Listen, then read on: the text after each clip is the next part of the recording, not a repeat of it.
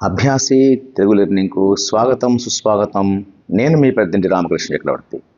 ఛందస్సులో భాగంగా మనం రెండవ అతి ముఖ్యమైన వృత్తపద్యం చెంపకమాల.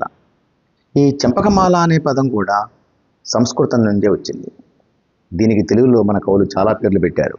అందులో ముఖ్యమైనవి ఒకటి చెంపకమాలిని, చెంపకావళి, పంచకావళి, శశివదన, చిత్రలత, రుక్మవతి వృత్తం అనేటువంటి పేర్లు మన ప్రాచీన ఆధునిక కవులు తెలుగులో ఉపయోగించారు. ఈ చెంపకమాలను ఎక్కువగా ఉపయోగించిన ప్రాచీన కవులు శ్రీనాథుడు.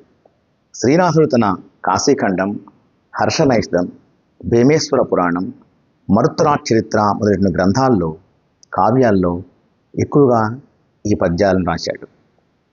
పోతనామాచ్యుడు కూడా తన శ్రీ మహాభాగవతంలో 486 పద్యాలు చెంపకమాలవే రచించారు. అలాగే మారంద వెంకయ్య తన భాస్కర శతకంలో 42 పద్యాలు చెంపకమాలలోనే రాశారు. వీరు కాక ఇంకొందరు కవులు గోన బుద్ధారెడ్డి తన రంగనాథ రామాయణంలో, వేములవాడ భీమకవి, మలినాథ సూర్య మొదలైనటువంటి రచయితలు కవులు చెంపకమాలను తమ తమ కావ్యాల్లో ఎక్కువగా ఉపయోగించారు. ఈ చెంపకమాల వృత్తంలో ప్రతి పద్యంలో 4 పాదాలు ఉంటాయి. ప్రతి పాదంలో 21 అక్షరాలు ఉంటాయి. మొదటి అక్షరానికి 11వ అక్షరానికి ఎత్తు చెల్లుతుంది. ప్రాస నియమం కలదు. ప్రతి పాదంలో 7 గణాలు ఉంటాయి. ప్రతి గణంలో 3 అక్షరాలు ఉంటాయి. ప్రతి పాదంలో నజ భజ జజర అనే గణాలు ఉంటాయి. ఇక చెంపకమాల గణవిభజన విషయానికి వస్తే మనకిచ్చినటువంటి పద్యపాదంలో 21 అక్షరాలు ఉండాలి. 1వ అక్షరానికి 11వ అక్షరానికి ఎత్తి చెల్లుతుంది. అలా మనం 21 అక్షరాలు మనం లెక్కేసిన తర్వాత అప్పుడు అది చెంపకమాలగా మనం భావించాలి. అప్పుడు 3 అక్షరాల చొప్పున మనం గణాలుగా విభజించుకోవాలి.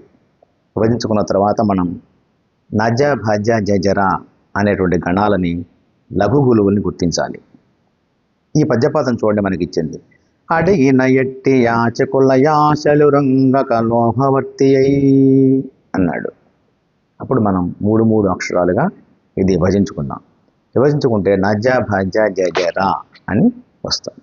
అప్పుడు నగణం 3 లఘువుల నగణం, మధ్య గురువు జగణం, ఆది గురువు భగణం, మధ్య గురువు జగణం, మధ్య గురువు జగణం, మధ్య గురువు జగణం, మధ్య లఘు రగణం. ఇలా మనం నజభ జజర అనేటువంటి గణాలని, లఘు గురువుల్ని గుర్తించాలి. గుర్తించినప్పుడు మనం లక్షణాలు రాయాలి. ప్రతి పద్యపాదంలో 4 పాదాలు ఉంటాయి. ప్రతి పద్యంలో అలాగే మొత్తం అక్షరాలు 21 ఉంటాయి. 1వ అక్షరానికి 11వ అక్షరం ఎత్తి చెల్లుతుంది. ప్రాస నియమం కలదు అని మనం వాటి లక్షణాలు రాయాలి. సమయాన్ని ఆదా చేసుకొని ఛందస్సుని సమర్థవంతంగా మనం రాయగలగాలి. చక్కగా నేర్చుకోండి, నేర్పించండి. తెలుగు భాషను ప్రేమిద్దాం, తెలుగు భాషను కీర్తిద్దాం. ఓం శ్రీ సరస్వత్యై నమః.